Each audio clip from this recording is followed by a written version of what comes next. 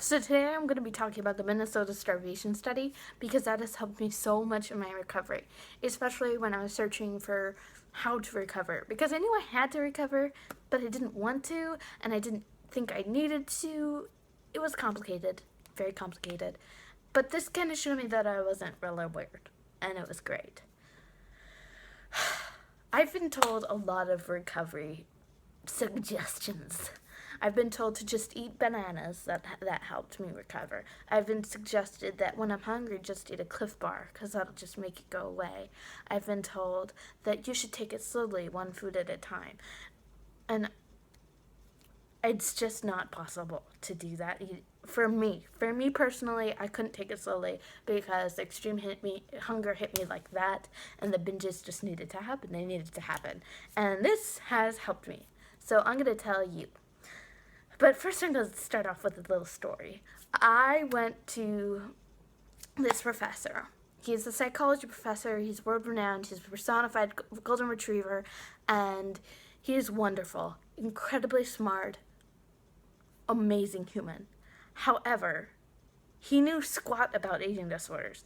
And that's fine. He probably knew the technical definition of eating disorders and knew that bulimics threw up and that anorexics restricted and the athletic type just went on exercise restriction, which is good, I guess.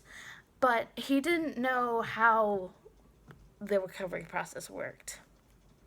So I went to his office because the school wasn't really helping me in terms of providing what I needed in classrooms or tests, because I was going to have panic attacks and it was going to affect other people and it was going to mortify me, so I needed something, and the school wasn't doing anything because they didn't have a doctor's note. And I didn't want to go to the doctors because I've had such bad experiences in the past. So I went to him, and he had seen me working out and he had seen me losing weight, and he expressed concern. But, what does he know? Ha! But anyway, that was sarcasm. I went to him and I told him what was happening, and he helped me with the school. He gave me the note I needed, but I was expressing my extreme hunger and how I never felt full and I just needed to constantly eat. And he said, "Hold on there. You don't want to get binge eating disorder." You do not tell someone who's in recovery for a restrictive eating disorder that they should worry about what they're incredibly worried about. You should not be scared of what the person is scared about, because that just realizes it. That makes it a reality. That makes it a true scary thing. But I knew, and I knew that doctors said bad things because I researched it, and I did plenty of research before I recovered. And I was able to brush past that, but still it hurt like the heckins. The Dickens is what I meant. So it was nice to know that I had the Minnesota Starvation study to show me that I was normal. So let's get into that now. If you didn't know, it started in November 1944 when they were trying to figure out how to get the people that suffered from the Holocaust and starvation to health the best. So it's a 13-month study by Keyes, and it's had hundreds of volunteers to try and get into the study, but only 36 men were selected that had no problems with food, that were in very good health. So first there was a 12-week control period in which they ate 3,200 calories per day, which is a big amount to most people nowadays as their set point. But most people underestimate their calories, and most people with restrictive eating disorders overestimate their calories. So, just pointing that out there. And then the 6-month period began, which included 1,600 calories per day, which is a lot more than many diets prescribe. They had basic work to do, along with 22 miles per week to walk, and when they became apathetic, irritated, and they had ritualized eating patterns, including putting water in potatoes in order to make it bigger. I did that with oatmeal. It was gross. I cannot stand that. They held their food in their mouth a lot, so they chewed a ton. I did that too. That was not fun either. They licked their plates. I did that. daydreams of food, and they chewed gum and I think smoked cigarettes for a long time until gum was outruled because somebody had 30 packs per day and they realized that that maybe wasn't the best plan. They drank a ton of water also to fill their stomachs. They enjoyed solitary activities rather than parties and with social activity. They looked at food in almost a sexual manner. They no longer had a sex drive because they were starving. So in those scenes in movies, they weren't really interested. They were more interested in what the people ate, which was definitely true. Like Laura Vitale on YouTube, I just every day. It was a little crazy. They had coffee, black, of course, and they developed really weird eating disorder thoughts. They started feeling bad about themselves if they binged, and maybe because they were in a study, but still, they felt guilt with food. Yet they were weak. They thought everybody else was overweight, whereas they were not underweight. Which, as I've gotten better, I look around me and it looks like I have new glasses. Like when I first got glasses, I looked out. No, when I first got glasses, I was in a mall, and my mom was, "Where's the bathroom?" And I said, "There it is," and she started crying because I could read the restroom sign.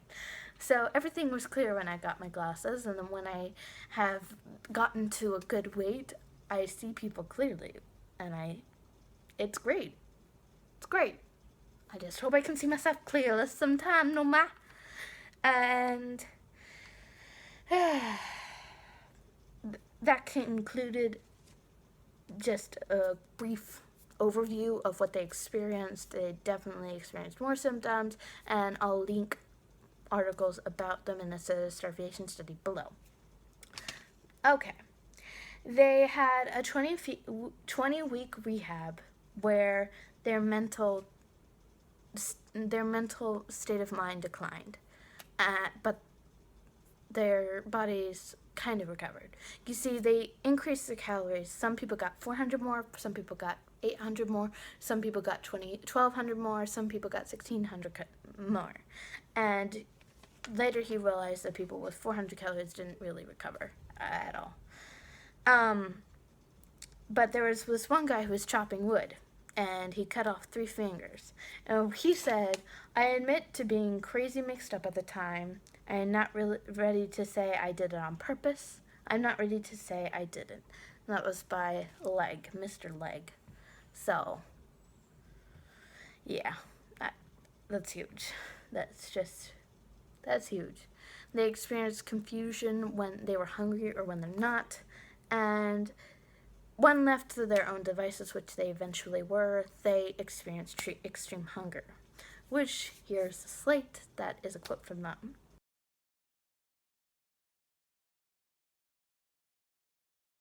It's important to note that the people who participated in this experiment did not experience obesity. They gained around 10% more than their pre-experimental weight, but they didn't plunge into obesity and never stopped eating the extreme hunger that they experienced. Keyes noted that you needed at least 4,000 calories to recover. Now that brings us to today's guidelines. We say that you need around 2,500 to 3,500 per day in order to recover. And it's important to note that these are absolute minimums, and you are definitely encouraged to go over these minimums because your body has been through the ringer. And it depends on your age, it depends on your height, and it depends on your gender. So, that is what I have researched about the Minnesota Starvation Study, and there's a ton more research up there. There's some variables in the number of people. I've seen 36 and I've seen 32, and I've also seen that the calorie restriction has been from 1,570 to 16,050. No, not 16,050. 1,650. So, I hope this has been helpful for you, and if you have any comments, suggestions, or tips, let me know. All right. I'll see you guys later. Bye.